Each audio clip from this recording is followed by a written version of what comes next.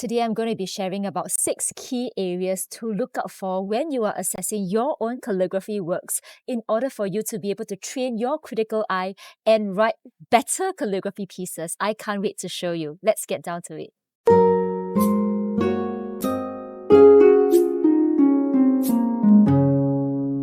I've been teaching calligraphy for over 5 years now, and I realized that every time, I share with students about these key areas to look out for in their own calligraphy writing, they work towards better pieces because they know where they are heading towards and where exactly to improve on and look out for in order for their written pieces to be 1% better than it was previously. So let's get down to these areas to look out for. So number 1, I always look out for pressure control, whether there is a clear contrast between the thicks and the thinns, and whether there's a consistent stroke weight throughout the piece. So what do I mean is I look at the downstrokes and I look at the upstrokes. In this case, all of the downstrokes are thick and all of the upstrokes are thin. So that's excellent. And the other thing that I look out for is whether there's consistent thickness throughout the piece. So in this case, all of the thicks are of equal thickness throughout the whole piece, and that's something that I want to be able to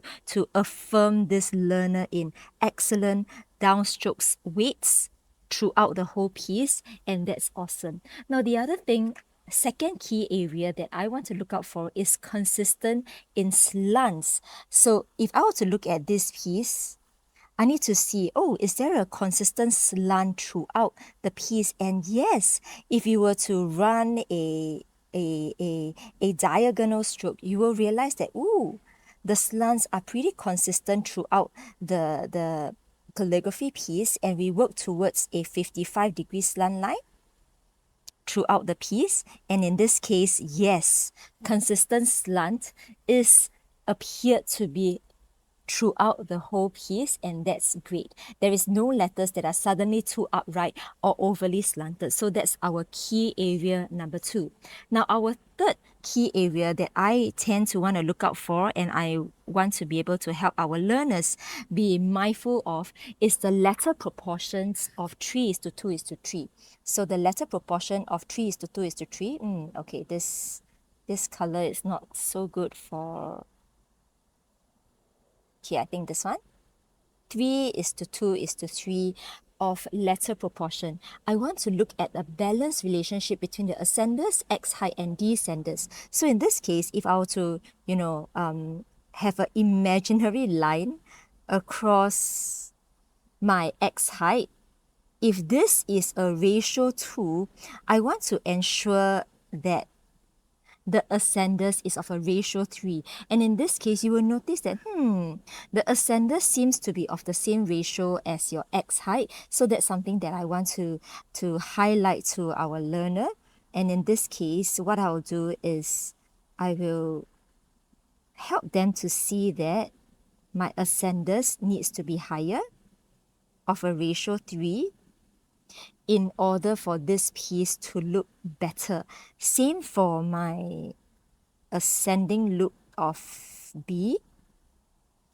You can tell that the initial B, if I were to show you previous, the initial B looks a little bit out of place because in this case, B has to have your loop for B in the X height that is similar to space of this B.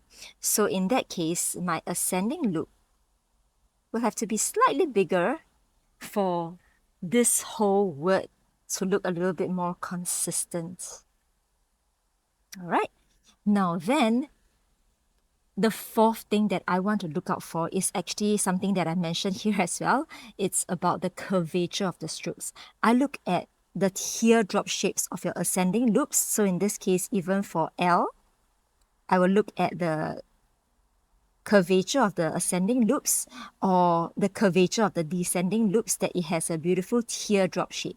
So in this case, I kind of like the descending loops teardrop shape. For the ascending loops teardrop shape, I want to work towards a nice curvature of a teardrop shape for ascenders and descenders. So I might help them to see that a curvier ascending loop will make this piece look way better.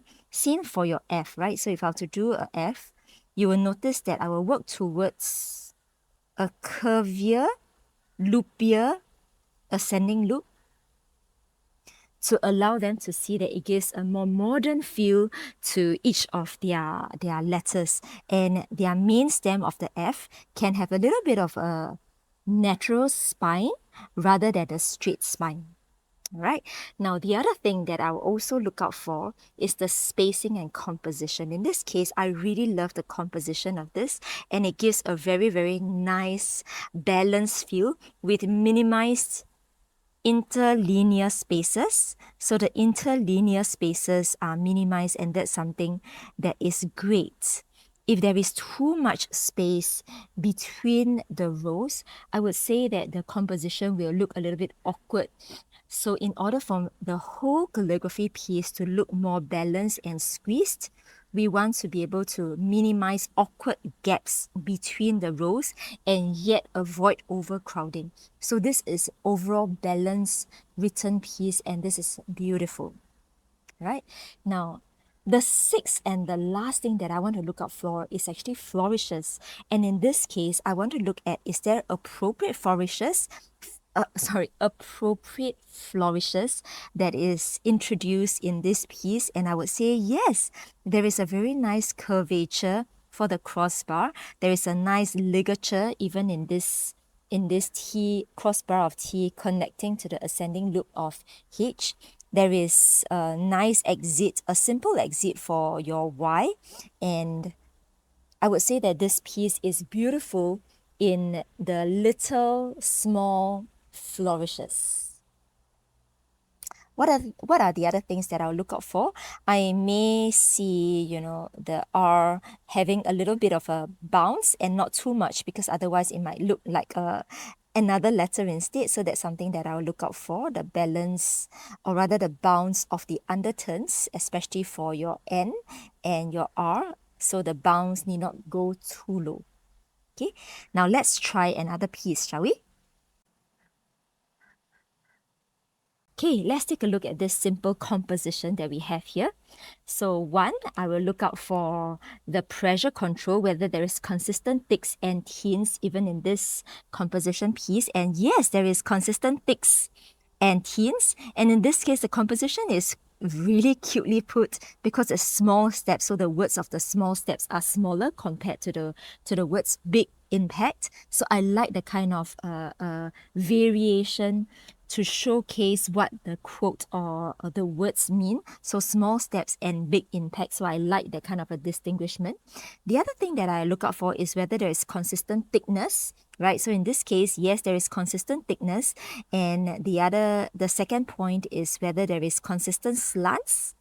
So I will always, imaginarily, is there such a word? Imaginarily run through a diagonal line and see if, the descenders and the main stems of the calligraphy piece, does it follow a consistent slant? And generally, it does follow a consistent slant. So I will say, yay, this piece has a consistent slant.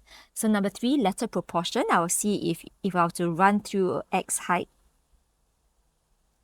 and ratio of ascending loop, does it have a good 3:2:3 ratio? If this X height is of a ratio 2, then I might have to look at the ratio of your ascending loop and descending loops. So in this case, I might say that the L of the ascending loop can go a little bit higher for it to be more observable in the ratio of the 3:2:3.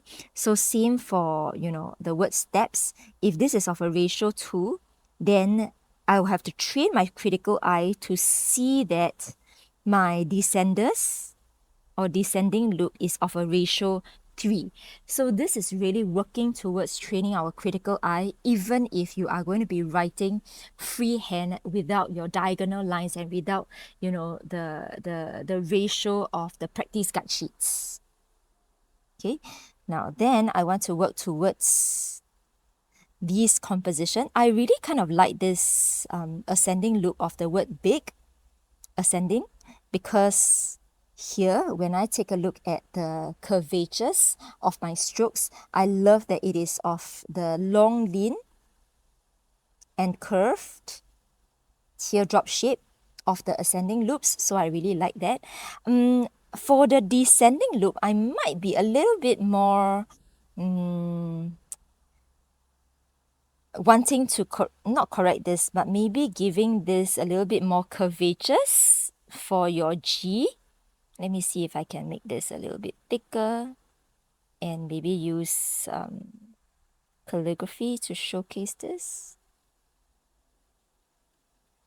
Because I do like the G, but I do want to give it a little bit more flourish at the end just for the impact. All right. But otherwise, I think there is consistent slant, there is good curvatures, and for curvatures, especially for flourishes, we want to work towards teardrop shapes, and the teardrop shapes being of, this beautiful long, lean, and curved descending loops. At the same time, even though if I were to look at the ratio of the 3:2:3, this is 2 and this is by right 3, this can have a little bit of a little interesting visual end, since I am aware that the learner wants to be able to create a big impact for this word. So I shall leave that same big impact for this word.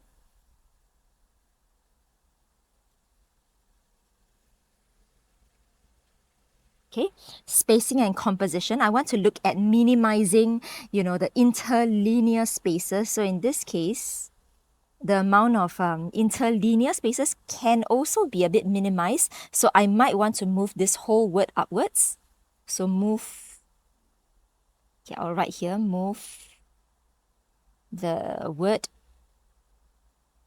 up to reduce interlinear space. All right. And lastly, flourishes. I did talk about flourishes. I do want to, maybe introduce a little bit of this curved loops at the end of G, just to give it a little bit more impact to this. And I really like the flourish of the ascending loops of B here. All right. Well, I do hope that this has been an interesting peek into how I assess every piece of calligraphy that comes through my hands, and also teach our CGC members and any new calligraphy learner to know that, hey, when we work towards each of these key areas and we are mindful to know what we can look out for, we work towards producing pieces that are 1% better than it was before. And over time, when you look back at your previous pieces, you will see such a great progress and improvement. I can't wait to see you write, and I will look forward to our next video with you. See you soon.